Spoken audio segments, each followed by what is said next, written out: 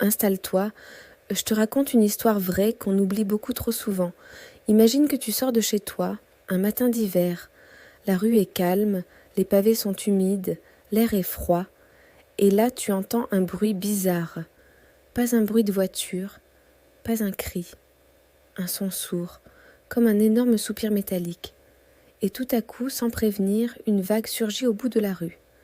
Sauf que ce n'est pas de l'eau, c'est brun, épais, collant, et ça fonce droit sur toi. Aujourd'hui, je te raconte une histoire vraie, une catastrophe tellement absurde qu'on jurerait que c'est un scénario de film, sauf qu'elle s'est réellement produite. Bienvenue à la grande inondation de Mélas. On est à Boston, le 15 janvier 1919. Un quartier ouvrier, des bâtiments serrés, des rues pavées. Il fait froid, l'air est gris. Et dans ce quartier, il y a un objet que tout le monde connaît, un gigantesque réservoir industriel en métal, un cylindre énorme, haut de 15 mètres, riveté, imposant, presque comme un immeuble. À l'intérieur, pas de pétrole, pas d'essence, pas de produits chimiques mystérieux. Non. À l'intérieur, il y a de la mélasse. La mélasse, c'est ce sirop épais, un résidu sucré qu'on imagine plutôt dans une cuisine que dans une usine. Sauf qu'à l'époque, ce n'est pas seulement pour manger, c'est une matière première cruciale. On s'en sert pour fabriquer de l'alcool industriel, qui lui-même sert à produire des munitions. On est juste après la Première Guerre mondiale et la demande est encore énorme. Donc on la stocke en quantité gigantesque. Dans ce réservoir, il y a près de 9 millions de litres de mélasse. Une quantité qui fait réfléchir parce que la mélasse n'a rien d'inoffensif quand tu en as des tonnes derrière une simple paroi métallique. Le plus inquiétant, c'est que ce réservoir ne donne pas du tout confiance. Les gens du quartier ont remarqué des choses étranges. Parfois, l'acier craque, des bruits sourds, des vibrations, comme si la structure travaillait.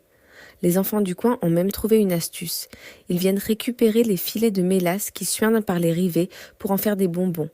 Le réservoir fuit et tout le monde le sait. La compagnie propriétaire, la Purity Distilling Company, est au courant. Pour masquer les fuites, qu'est-ce qu'ils font? Ils repeignent la cuve en marron. Voilà. Tu vois l'ambiance, un énorme réservoir, plein à craquer, qui fait des bruits de films d'horreur et dont les fuites sont grossièrement camouflées.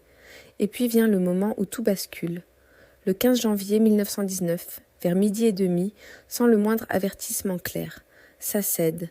Pas une petite fissure, pas une fuite discrète, non. Une explosion. Le métal se déchire, les plaques s'ouvrent et les 9 millions de litres de mélasse partent d'un seul coup. Et là, la mélasse devient une vague. Une vague de plus de 7 mètres de haut, qui déferle dans les rues à une vitesse estimée à 56 km par heure.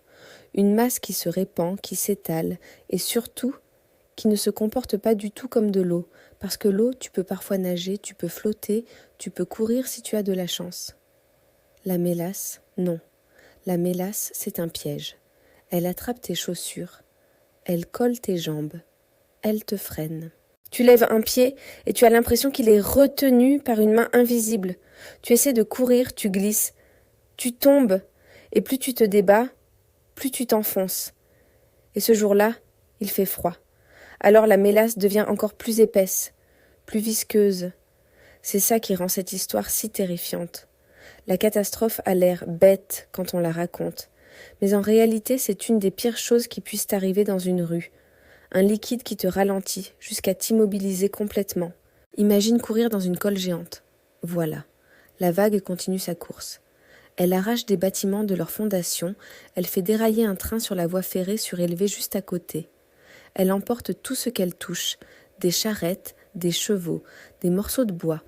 Elle s'infiltre partout, dans les caves, au rez-de-chaussée des maisons.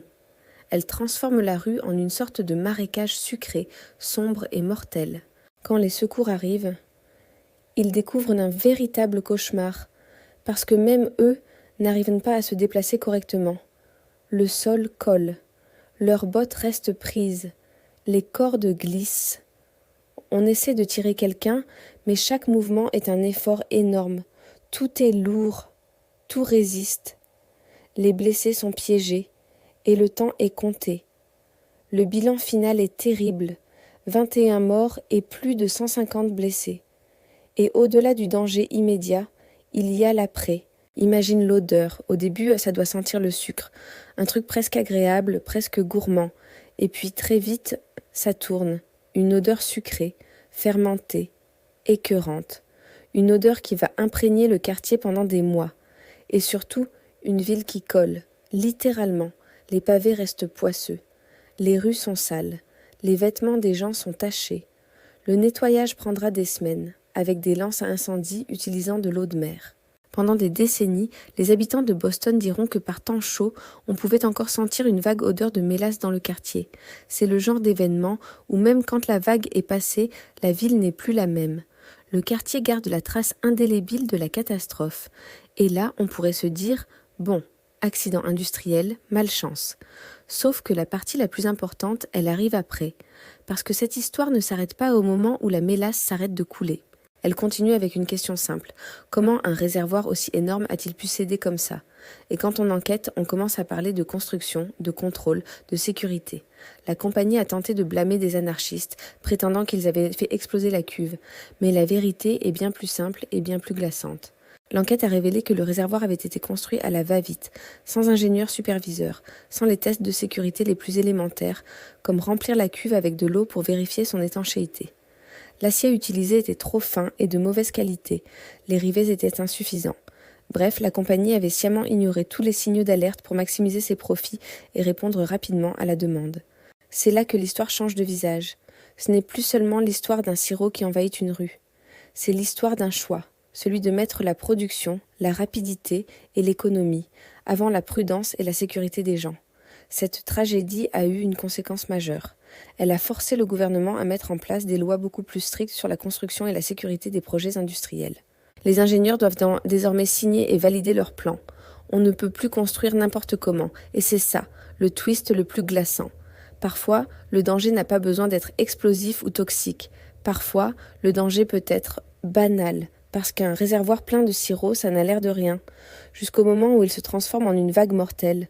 Alors voilà pourquoi j'aime cette histoire. Elle est absurde, oui, mais elle est aussi une leçon fondamentale.